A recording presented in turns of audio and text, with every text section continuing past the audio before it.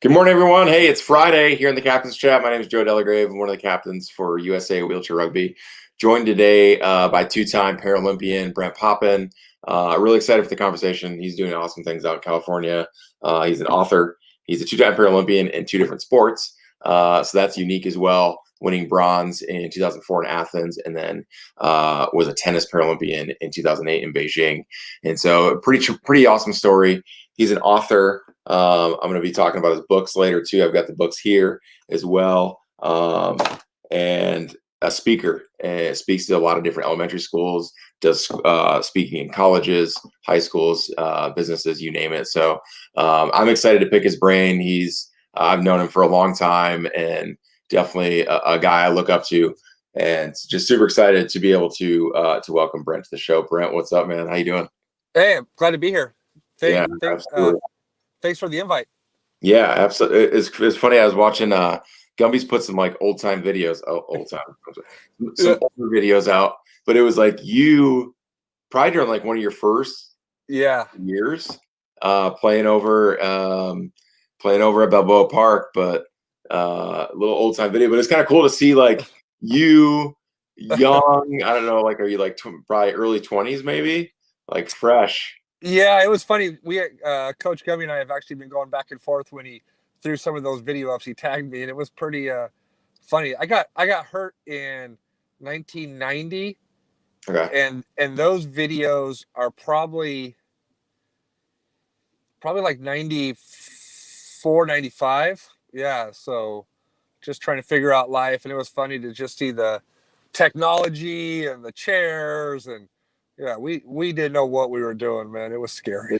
it's crazy. It's crazy to see the different. We'll get into. I'm sure we'll get into that, but quickly, like, how are you doing? Like, how has been this 2020 is a crazy year, and getting into the fall now. How's everything been for you and Erica and going through this whole deal? Yeah, it's been a challenge for sure. I'm on staff at Valley Children's Hospital out in Fresno, which is about 125 miles from my house. So the hospital's been a whole different, unique experience dealing with coronavirus, and we've been on lockdown there for probably a little bit longer than what the general public has. And then for me, it affected. I usually spend a lot of time in schools speaking, and with the schools, obviously the students out here not being in campus, kind of bums me out that I don't get a chance to be on campus with them. And then there's other concerns. I mean, I like to think of us as athletes and being healthy and strong, but I think we do fall into a little bit more of that high risk category. Yeah. If unfortunately, we did get the virus and got the bad side of it, so that's always spinning through my mind. Yeah, a little bit. So I'm trying to. We spend a lot of time in the house. We do get out. We go wine tasting, and we do see some friends and do some dinners, but we try to do it responsibly, much different than we would be doing if this was just the summer of 2019. Yeah, for sure. Yeah, no kidding. And I'm right there with you with the whole speaking thing. It's so weird. It's you're go, and you're always traveling, and then all of a sudden it's like, nope, stop, stay home. Yeah. It's just a different lifestyle, but yeah. Well, I'm glad you guys are safe and everything's well. And sounds like we were talking a little bit beforehand. Sounds like your wife's doing the virtual teaching thing. I think teachers get like, like I can't imagine like you've done. I don't know how long Erica's been in the classroom for a while now. I'm assuming. Yeah. Well, she's probably been in a classroom for 18 or 19 years. And now you're going, hey, do something different. Like that's new for teachers. So mad respect for them. April and I tried to teach our kids at the end of last year, and well, it wasn't great. I think a lot of parents are getting a little dose of reality of what it's like, and she gets a lot of feedback from the parents. Like, man, we thought we respected you before all this, but we have a whole different level of respect when you're trying. And they're just trying to manage their household. Not another 24 or 26 kids running around the classroom. So yeah, it's definitely a challenge, but she's inspired, like hopefully many of our teachers are, and tech savvy, and that plays a big role in being successful, in this this year of distance learning. Absolutely. Everyone's an IT specialist now, at least someone in the family. It has to be, for sure. Sorry, yeah. Yeah. Well, okay. So obviously, this show is all about wheelchair rugby, and we'll go down a couple different paths and you're a man of many hats. But I want to talk a little bit about kind of your genesis in the sport, and then and what I love to be able to talk about some of the people that have come before us in the sport, and for me, I know who you are, and Scott and all those guys that kind of I look up to when I was first starting, and but some people probably in our sport don't even know who you are anymore, which is for me is sad, and we need to do a better job of honoring people that have done some amazing things. I'm pretty sure you might have like the most championships ever, or the most ever in the sport. I don't know. Are you seven national championships? I have 7. I think. I know I have 7. And Gumby and I were Coach Gumby from the program. We're just going back and forth, and I'm not sure if Eddie Crouch has 7 as well, or if it's just me that have 7. But there might be there's 2 of us, and there's no more than that. So it's either me by myself or one more tied with Eddie Crouch. And I mean, if you go back, there's a short documentary on my life on YouTube called Where I'm Supposed to Be. Okay. And in that documentary, it's only like 9 minutes long, but you hear my sister say that the light in my eyes didn't come on until I was introduced to wheelchair sports. Yeah. And that was a total true statement. And the first sport I was introduced to was wheelchair rugby. I mean, and that's, like I say, that's 1991. Old school VHS. And, like you say, people, it bums me out a little bit that some of this, the new Paralympians probably don't know a little bit of their history. And they might. But you're probably fair. But what bums me out is they don't know the history before me. Like they don't know the Luce Ayalas, the Daryl Rays, the Greg Thompsons, the Rick Draneys, the Troy McGurks. Yeah. And you go, that's I'm a West Coast guy, so those are all my West Coast people. But there's a whole group of people saw in Murderball, the Joes and those people out there. So there's a deep history in rugby, and it definitely played a huge part in my life getting through those initial first years of being paralyzed, which we all know are the toughest. Yeah, absolutely. I mean, what drew you to the sport when you're jumping in that chair? And it's was your first chair like a quickie shadow? Was it like no? So I'll take you back even farther. Yeah. My first rugby chair was my everyday chair. Okay. Yeah. Yeah. So we didn't even have rugby chairs. We put washers in our back brackets to give us the camber that we needed for the rugby court, and then we had to try to figure out like how much camber can we need but still get through my bathroom door or my front door, but I still need the camber to play rugby. And we're just back then we weren't as fast or as strong, but we're still just tearing apart our everyday chair, just banging into each other. And in that documentary, you actually see my first chair, which was an Edge, which no one's even going to know what that even means. Yeah. But it was a big old orange Edge chair. I think it was like 18 inches wide and 21 inches long. It was an airplane that I was playing in. Yeah. So funny. Yeah. It sounds like fun. Much respect. Yeah, much respect. But guys like Mason, they still want to do that. I'm like, hey, homeboy, like I want to roll home in a chair that works, which is crazy. Like it's crazy when you first started. You're not going to Vesco or Melrose. You're going to Ace Hardware to buy some washers to put in your chair. That's it. Yeah.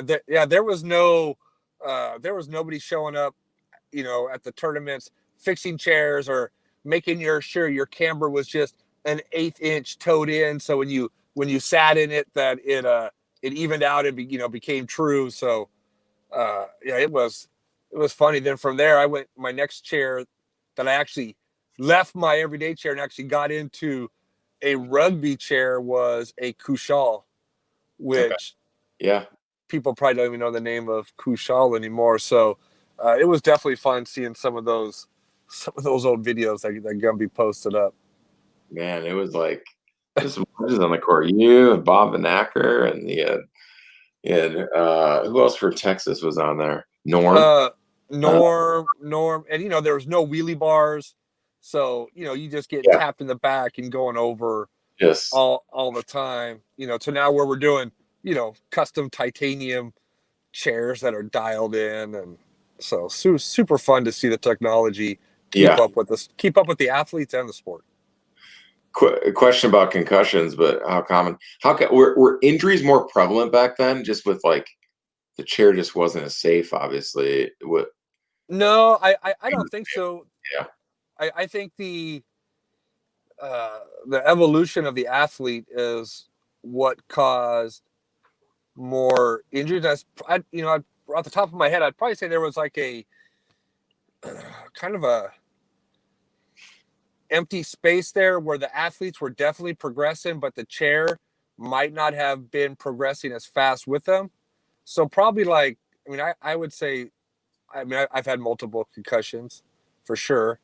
And I'd probably say it was like the years of 96, 97, 98, Yeah. when wheelchair rugby first became a demonstration sport in Atlanta. And people were taking it pretty serious then and starting to really train and focus, and wanting to be, a high level athlete. So you saw the speed improve, you saw the strength of athletes improve, you saw the collisions become a little bit more violent. Yeah. And I don't think the chairs quite have at that time kept up. So I think that's when, if I was going to go back to my own history, I would say most of my hitting the head on the floor type of injuries happened, during those 3 or 4 years. And then the chairs got caught up with ergo seating and lower seating profiles, and all the different stuff that Vesco and Yeah. all the different things that they're doing out there to try to make it safer for the athletes, because Yeah. we're just getting bigger, faster, stronger. I mean, the motto of the Paralympics. So Yeah. super important that the equipment keeps up with the athlete. Yep. Yep. Yep. Totally. Hey, so what do you think about? Obviously, starting off, wheelchair rugby, it's rehabilitative, it's recreational, and then you get to elite side of it. But and you work your job or jobs, in a hospital, working and mentoring, and then also speaking to the general population, whether it's in an elementary school, high school, or college, or whatever it would be. But how important is like the sport from that rehabilitative side? Obviously, we love talking about elite sports and Paralympics and things like that. But like, how important is that rehabilitative side? Man, it's huge. And at Valley Children's, we have a gigantic adaptive sports program, and I've been on staff there for 10 years, and it was just starting.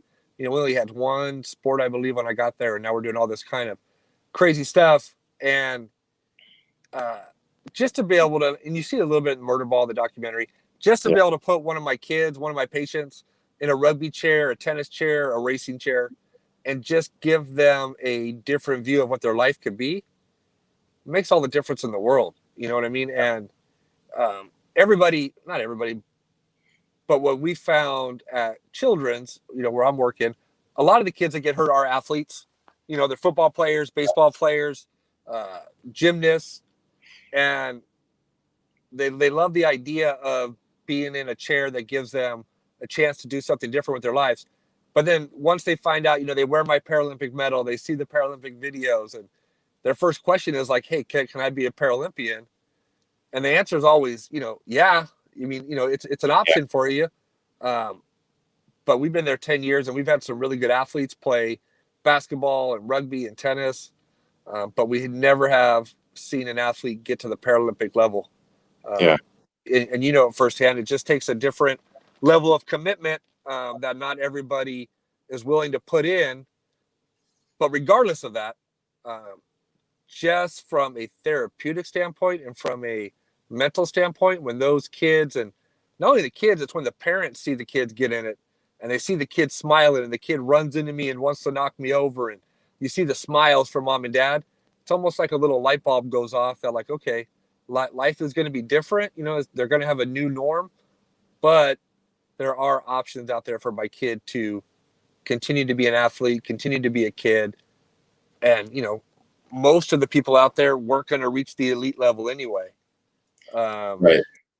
And so, but we've had kids, tennis players come through our program, and got a full ride to Tucson, and Yeah. she's got a paraplegic, but got to play tennis over in Tucson. Never became like a competitive tennis player like she wanted to be, but got her education, got her credential, and now she's teaching school. So that sports gave her an avenue to get her education, a little bit of travel and college experience, and now, doing something positive in the world. Yeah, it's huge. It's like, don't let the sport use you. You use the sport, and it kind of springboards you into a career. It's awesome. Yeah. Um, and speaking of that too, from like a rehabilitative side or elite level side, and you talked a little bit about the West Coast boys, but like mentoring, I think is something that's, I mean, it's a big thing for you. I know it's been a big thing for me, with being down in Phoenix and getting Dougie to mentor me for all those years, which was huge. But inside and outside of rugby, I think it's something that we're trying to push as a program, and being active with mentoring people. And how big was that for you, and who was that for you? Oh man, it was huge because, like I say, as an athlete, I mean, I hope I could do it I hope I'm doing it for the younger kids that are coming up behind me. Yeah. But for me, it was like Rick Draney, Yeah. playing rugby and tennis. Steve Everett in a power chair, just playing tennis. Greg Thompson was a counselor at Rancho Los Amigos down in Downey, playing rugby as a quadriplegic. And he was the first one that really showed me not only could I be an athlete, but he was working at a hospital in a chair, being a counselor, doing something positive for not just the hospital, but then coming out and playing rugby and, being a good athlete outside of work. So Greg Thompson, even though I don't mention him a lot, now that I just, you brought it to my attention, he was probably the first one. Everybody else that I knew were good people and doing positive things in their life, in a chair, but weren't working like in a medical field or working at all, being in a chair. Yeah. And after I got hurt, it was, my mom knew once I got in a rugby chair and I had to tape a tennis racket to my hand. She knew, I think, that was going to be my path, but she sat down and promised me that I would get my college education so that, I would have something to fall back on and not just depend on the state, for income. Yeah, absolutely. No, it's always, I think it's a hot topic too amongst our community, and going like, how the sport's great, but like, how can you be a productive member of society outside of the sport, and not just have to, get that fixed income, and you kind of, I think it's for some people they make it work, or whatever, For sure. or whatever. But some people, I think that leads to depression and anxiety because there's no purpose in what they're doing. And yeah, it's a great point. What you played a long time with rugby, hoard yourself out to a couple different teams for some championships. I did a few, three different teams, 3 different championships. Yeah. But and then obviously on the Paralympic level as well. What's the most important lesson you learned from that career? Well, I'll start by saying none of the 3 teams had championships till I came to them. So boom. That's hot take. Hot take. Not that they wouldn't have got there without me, but I ran 3 off with Shadow. I left Shadow. They lost the next year. Left Phoenix. They didn't win another one. And then the last one down in San Diego, the team kind of just evolved after we ran 3. But anyway, just a little piece of nugget information there. Oh yeah. And we could go into some funny stories about like how the Phoenix team ended up becoming, and there's some good humor in that, which when you're talking about Dougie or Scott Hogsett, there's always funny stories to tell. Because that was 2006 championship, 2007, something like that. It was you and Shin and Andy and Scott, but the year before that, there was some controversy. It was Brad Dubberly was still playing for Phoenix, and at the last minute, the USQRA didn't approve my transfer. Okay. Yep. They said they were going to, and there's all kinds of issues and politics and things that fall into that line. But we had beat every team with Andy and Scott and Deverly and myself, and some other guys that were on the team, had beat every team in the country. And then when it came down to approving the transfer right before nationals, it got declined. And I didn't get to compete that. Then the next year, Deverly left, and we brought in Shin, and then the transfer got approved, and we ran through the championship. But yeah, man, it's like you were saying, rugby definitely, and it still plays a big role in my life. I'm talking to you today about it. Coach Gumby and I were going back and forth a couple of weeks ago, and I just want to see the evolution of our program continue to evolve and have USA back on the top and winning those gold medals. You know what I mean? Absolutely. 100%. 100%. And we saw it coming, obviously, in 2004, when, we definitely had the best team, I would say, in that Paralympics, even though we took third and got a bronze medal. It just goes to show you that the rest of the world is taking the Paralympics up until recently, probably a little bit more serious than the USA took it. And I got to see it firsthand. I played 3 years with Riley Batt from Australia, and he lived with me. Yeah, you guys were both lineups ever. Yeah. When we were playing for the San Diego team, he'd come out and stay and train with me out in Paso, and so I got to see not only how he trained with me, but how he was staying in contact with his in his Paralympic team and what they were doing over in Australia. And it was just obvious that they were a little bit more focused or a little bit more bought into the whole Paralympic program. Yeah. It's obviously showed in their success over the last 8 years. But I honestly believe, I think we're seeing that.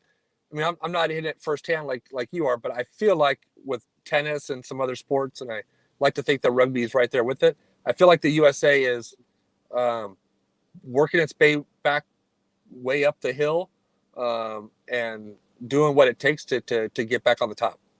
Yeah, absolutely. That's the plan for sure. Well, hey, I want to transition a little bit. Yeah. First, I was gonna ask a couple questions, just a little get to know Brent Poppen questions. Put you on the spot. They can be quick answers if you want, but just goofy questions here. So, do you think aliens exist? No. Okay. What are you currently? But I will say, it's going to be hard. I speak for a living, so it's going to be hard to get a quick answer. Yeah, exactly. Yeah. Just the term aliens makes me say no, but I like to think that it's hard to believe that we're the only living life form in this gigantic universe. You know what I mean? Yeah, like it's so big and so vast. I don't know what makes us think that we're so special that we're the only type of, I guess alien might not be the word I would use, but I definitely think there's other living organisms somewhere in the universe that we just haven't tapped into yet. Awesome. Speaking of unusual, where are some unusual places you've been? Where's like the craziest place you've been? Man, yeah. Thankfully I've been able to travel the world a few times. One of my favorite places was representing the United States over in the Czech Republic. It was just an amazing group of people. Beijing, being on the Great Wall of China. I share that story every time I speak, because that was one of those life-changing moments. We get there in 2008, and you don't speak the language, obviously, and we just know those guys in orange shirts. They knew what we wanted, that they were there to pick us up and carry us up to the top of the wall. And when you're up there, you just look. I got some pictures, and you're just looking out over the countryside, and you're seeing this rock wall just go up and down through the valley, with fog and as far as you could see. And it was one of those things that's hard to articulate, but you could feel the history of that country and the history of that wall and the bloodshed and everything that it represented. It was a life-changing moment. I mean, it's why I wear my necklace, I have my Beijing ring, and it's one of the reasons I wear it, because it was just something that I don't think I'll ever be able to duplicate. Yeah. Wow, that's incredible. On a lighter note, where do you get your news? Where are you going for your news source?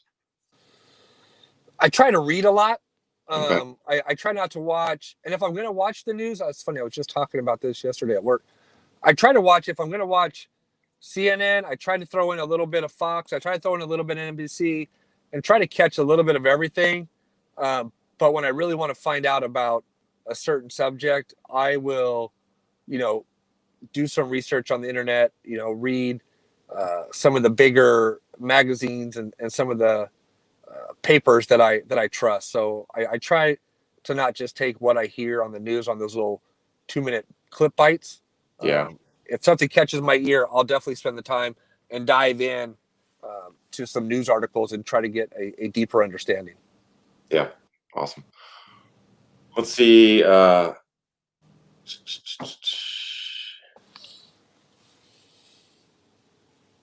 What movie can you watch over and over again without getting tired of it? Oh, Braveheart.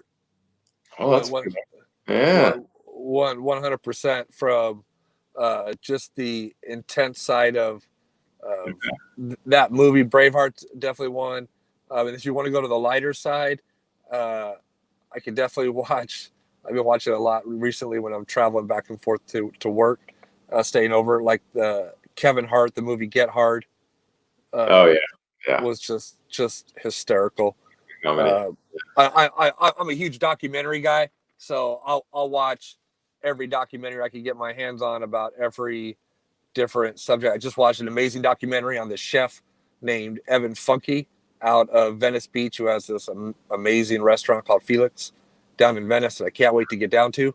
But it was just a cool documentary to see his passion for food and making pasta homemade and by hand, and inspired me to do the same thing. So I try to read and watch as much stuff as I can. Yeah, dude, like you're a Renaissance man, because I forget that you're a huge cook, and you have a lot of videos about cooking out that are really cool for quads to check out. I always I make sure that my wife never sees any of those, because I don't know. The last question, I'm hoping you'll tell the story that I'm wanting you to tell, because I've told it before. I think it's an amazing story. What's the best/worst practical joke you've played on someone before in New Zealand? Yeah. You didn't have to give me any hints on that story. So it goes back to rugby. I was asked to try out in. I wasn't asked to try out in '96. That was the first national championship that I won with Shadow. When it was a demonstration sport in Atlanta, and that's when like Rick Draney, Mike Wyatt, Troy, like the generation before me was the ones leading the sport into the Paralympics.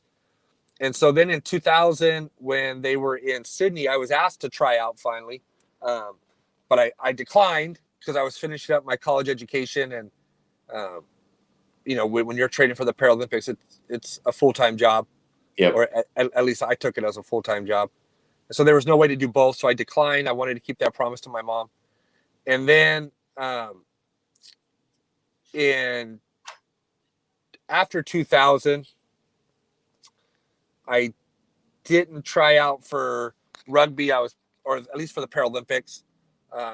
And in 2002, you saw in murder ball, that was the first year that USA lost the international competition to Canada. Yeah. And so in 2002, Coach Kevin Orr at that time, for the history buffs back there, he pulled me aside and had a personal conversation and said, "Hey, I'm going to invite 8 guys to come out and kind of shake up our Paralympic program. We just lost our first competition. The guys need to be shaken up a little bit. I'm not going to promise you or any of the other 7 people, there was 8 of us, that there's going to be a spot for you on the Paralympic team. But if you earn a spot, then you'll earn it. But I'm really kind of bringing you out there just to shake up the team and give you an opportunity. I just can't promise you that we're going to switch anybody out." And I said, "Hey, I'm up for a challenge."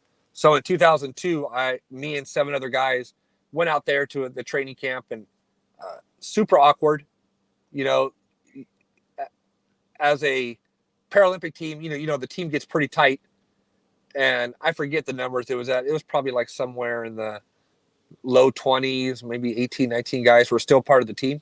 Yeah. So when the 8 of us rolled into Birmingham, into that gym, they already had their stuff being set up on a certain wall. Us outcasts, the 8 guys, were on a different wall, and you could just feel the tension in the room. Like, sure. Hey, those guys are here to take one of our spots. Did the whole week of training, and my mentality was, if I was going in there to train, I was going in there to take somebody's spot. Yeah, of course. Yeah. And I wasn't going to feel bad about that. Yeah. And I was the only one out of those 8 guys that ended up taking somebody's spot. Okay. And so I wasn't well accepted even initially, even after I earned that spot, because I had taken one of their brothers off the team, kind of thing. Yeah. So I got invited that year to go to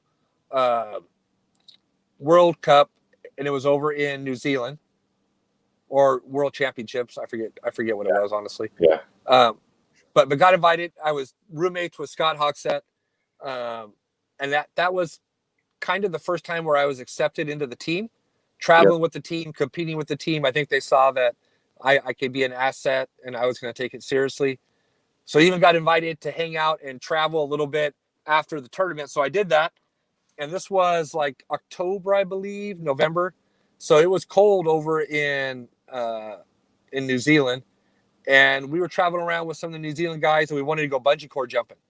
So it was a couple of New Zealand guys, kind of took us around. It was Andy Cohn, Scott Hogsett, and myself. And Mark Zupan may or may not have been there. I don't remember anyway. But the guys that were going bungee cord jumping was me, Andy, and Scott. And I was like, I'm in, man. I love adrenaline. I love to go fast. And right.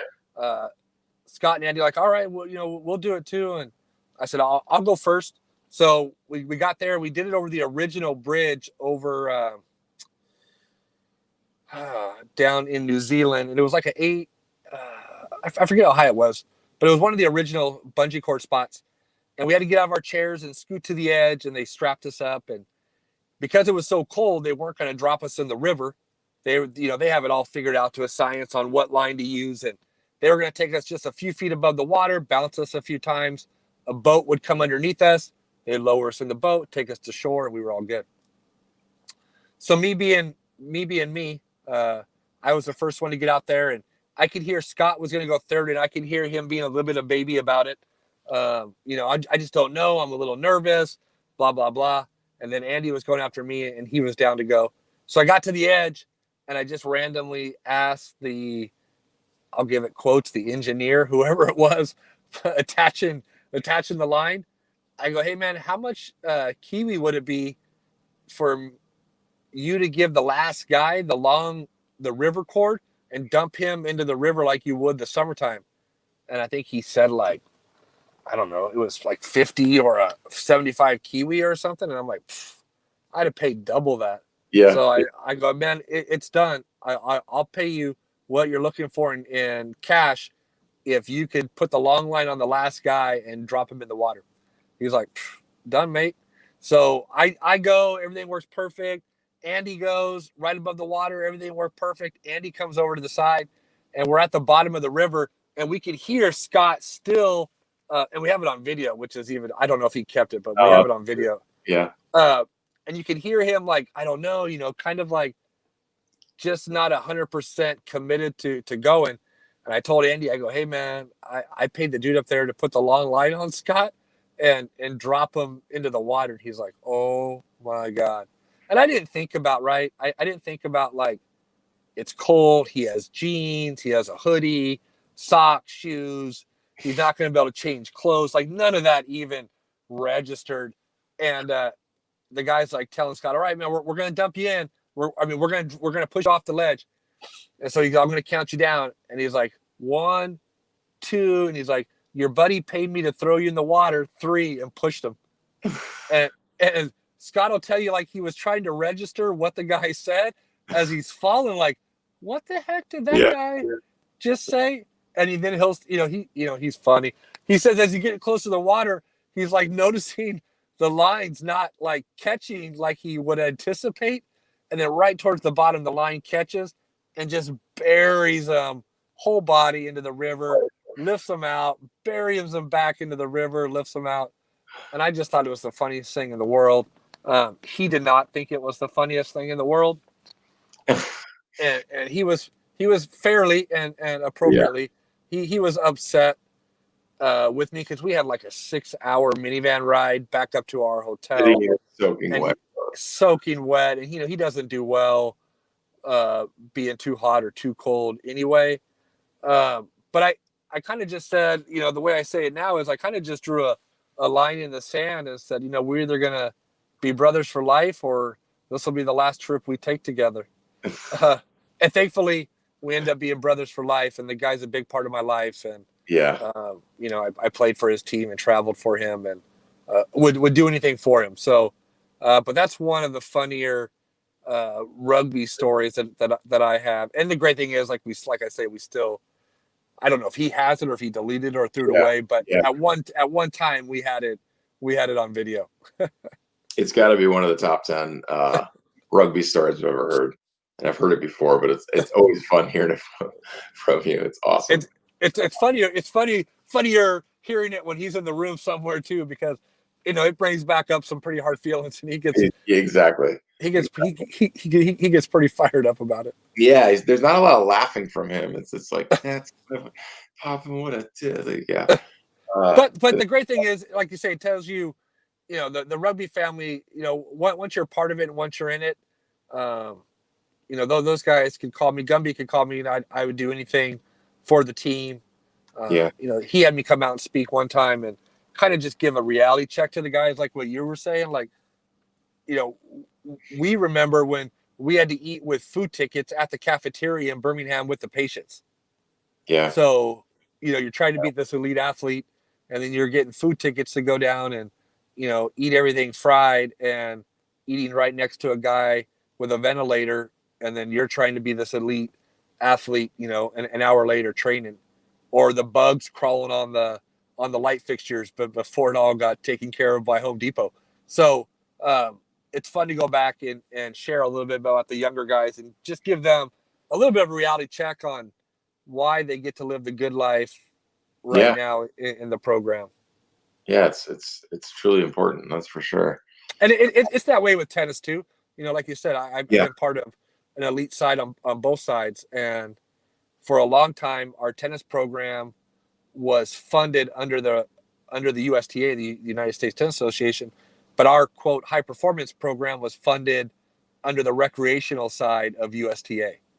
So again, it just gives you that mindset on how sometimes Paralympians don't get the true recognition of what they have to dedicate to be at that elite level.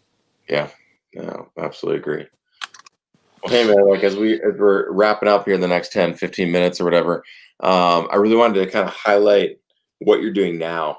I had a few questions about the Paralympic movement, but I want to make sure that we spend some good time on this. But I want to know all about you and being an author. I think in our community, there's a lot of people like, I'm going to write a book someday, and not only have you done one, you've done two, and two very different books. And I think, man, it's pretty awesome. But you can go over to hugsbybrent.com for it for more information on it. But tell me a little bit about Tragedy on the Mountain and when you wrote that and why you wrote it and all about it. Let's hear it. Yeah, man. Thanks for sharing. And you can also look my name up on Amazon, and all that stuff will pop up too. Yeah. For me, so when I finally decided to commit to the Paralympics, my goal was to do 3 Paralympics. And I thought it would just be rugby for 12 years, 2004, 2008, 2012. And after 2004, it was rough losing. You know what I mean? I never really talked about it. It's tough when you feel like you have the best team and you don't reach your goal. But that's the nature of competition.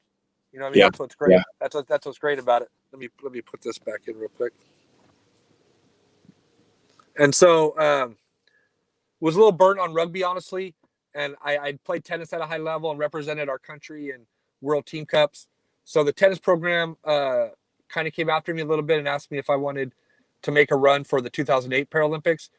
And I said, yeah, you know what? I'm kind of over rugby a little bit right now. So I'll take the new challenge of trying to be one of those athletes that is a Paralympian in two different sports. You know, there's not a lot of able-bodied athletes that have done it, and I think even less Paralympians.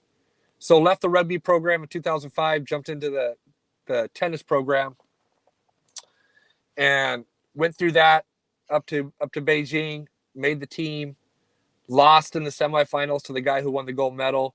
Was bummed about that. Had a match point against him. And so after 2008, after being away from rugby for almost 4 years, that passion, that drive was back in my program or back in my body, and called up Gumby and said, "Hey, I'm going to leave the tennis program, and I want to do my last 4 years in rugby and represent USA in London." And he's like, "Hey, you're welcome to be back in the program and earn a spot." Yeah. So jump back in there. That's when I met you. Yeah. 2009. Yeah. 2008. We did our first shot of tequila in the airport when you got your first done of training program. I remember that. I remember vividly. Yeah.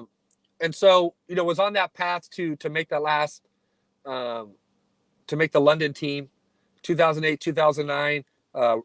Represented our country in Argentina for the rugby program, and then ended up getting an infection, just overtraining. Got a pressure sore on my ischial bone. Knew it was there. Was trying to manage it and still travel around the world and train at the Paralympic level. And it was just getting worse. And, when I'm flying on airplanes, body sweating, headaches. Yeah. The Olympic staff was looking after it. I was doing everything I could besides the right thing, was just to get off my butt and let it heal. But just kept thinking, now my, Paralympic athlete, I'll be able to push through this and it'll heal. Right.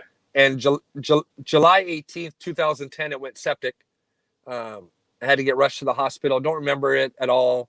Don't remember the first week of being in the hospital. Was in a couple days close to dying. So after I got to the hospital, I didn't get sent home. I got sent to the ICU for 35 days in 2 different hospitals, major surgery, IV antibiotics for 4 months, and had to lay in a hospital bed for 7 months, 24/7. So starting July 18th, 2010, that's when I got a call from Gumby a few months later saying, "Hey, Brent, I know you wanted to make the 2012 team, but we know you're fighting for your life in a hospital bed. You're not going to be able to make the training camps. Yeah. If you can't make the training camps, we have to cut you out of the program and give the opportunity to another athlete." And I understood that. It was tough. So during that course of those 7 months being in a hospital bed 24/7, I ended up getting a email from a teacher that was my hospital teacher when I was 16. And I hadn't talked to her in like 24 years. And she just sent me a random email that said, "Hey, Brent, I'm now Dr. Lucille Richardson, a principal at different schools. And I haven't talked to you in 20-something years, but you've really been on my heart. I've been praying about you. And I couldn't remember your last name. And so I woke up like 2 weeks ago and I'm like, Poppen." She goes, "I started Googling you and oh my gosh, all the incredible stuff you're doing. Yeah. I would like to help you write your autobiography."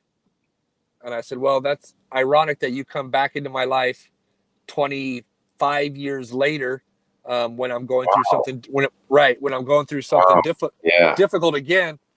I said, "Some other people have asked to help write my autobiography, but I didn't trust them with my story." I said, "But maybe you're the right person, since you were there for me when I was 16 and now you're with me again when I'm going through something difficult." Yeah. I said, "But before we even go down that road," I've written a long story about a little boy in a wheelchair. It's not a book, but it's a long story about kind of my life as an adult seen through the eyes of a second grader who's in a wheelchair at a new school." And I go, "It could be a kid's book. I don't know." And she said, well, just send me the files. I'll have my team look at it. If it's good, it's good. If it's not, it's not. We'll move on. And I said, all right. So I sent her the files, and she got back to me the next day and said, hey, this is pretty powerful. We're going to run with the kids book first, and then we'll come back and start doing the autobiography. So both of those books got written, at least the foundation of them got written while I was in bed for those 7 months. Wow. And we took the autobiography from a little kid growing up in Long Beach all the way till the day I got hurt. And that's there we go. And I said, I don't want to finish this story unless we could do it in person. Because at that time she was living in the Cayman Islands and I was, in a hospital bed in California. Yeah. And she said, I'll come out to you when you're ready. And I said, oh, no. You're in the Bahamas. When I'm ready to travel, I'll come out and hang out with you. And so we kind of put the book on hold for a couple months. Once the doctor gave me that following summer in 2011, that fall, the doctor said, if you want to travel, you can start traveling. So I flew out there for a week and we finished up all the questions and kind of the research side of the autobiography during that time in the Bahamas. And then the book actually got published and got put in my hands in early 2012. But, the important part is for me, man, being in bed for 7 months, somebody who's, I only sleep 4 or 5 hours a night anyways, and I'm always on the go. To be stuck in that bed was, and I shared at all my presentations, it was harder than being paralyzed at 16. Yeah. I can't imagine 7 months. 7 months. Yeah. And so those writing those books was a savior for me, because it took me out of being in that bed for 8, 10, 12 hours a day. And if I was writing the kids book, I could be Harley and be in the classroom and what's going on in the classroom. Yeah.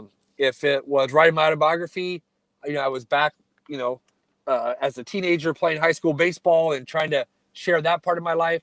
So getting those book published was a huge reason I was able to get through those tough 7 months. It's awesome. That's awesome. Yeah. It's incredibly powerful. So kind of to wrap it up, I love the conclusion of your book. I'm trying to find it again, but you just say, wrapping it up, you say, accomplished a lot but gave more, ended up at a higher place than the place from which I fell, which I think is 100% correct. But yeah, man, I thank you so much for coming on. I love to be able to share with people, players in the sport that they might not know. Some new guys might not know Brent Poppen. But man, it's just incredibly inspiring. You obviously, I don't know if you just left, but I'm still here. Okay, cool. But no, if you want to go over to hugsbybrent.com to check out his books, go to Amazon, type in Tragedy on the Mountain, which is going to be right here, Tragedy on the Mountain, or Playground Lessons, which my kids have seen and read, and it's pretty cool to have them read a book with a wheelchair in it, because there's just there's not a whole lot of them, and I know my kids love to be able to see this and read this. So Brent, thank you so much. Check out more on Instagram at Books by Brent, Twitter at Hugs by Brent, and he's available for speaking engagements at your elementary schools, your middle schools, your high schools, your colleges, your businesses, whatever you have it. And I think you can check out his information over on Hugs by Brent as well. So thank you very much for being on, Brent. Really, thanks, Joe. Awesome. I look forward to talking to you in person sometime. Absolutely. All right. Give my best to the family. Will do. All right. Take care.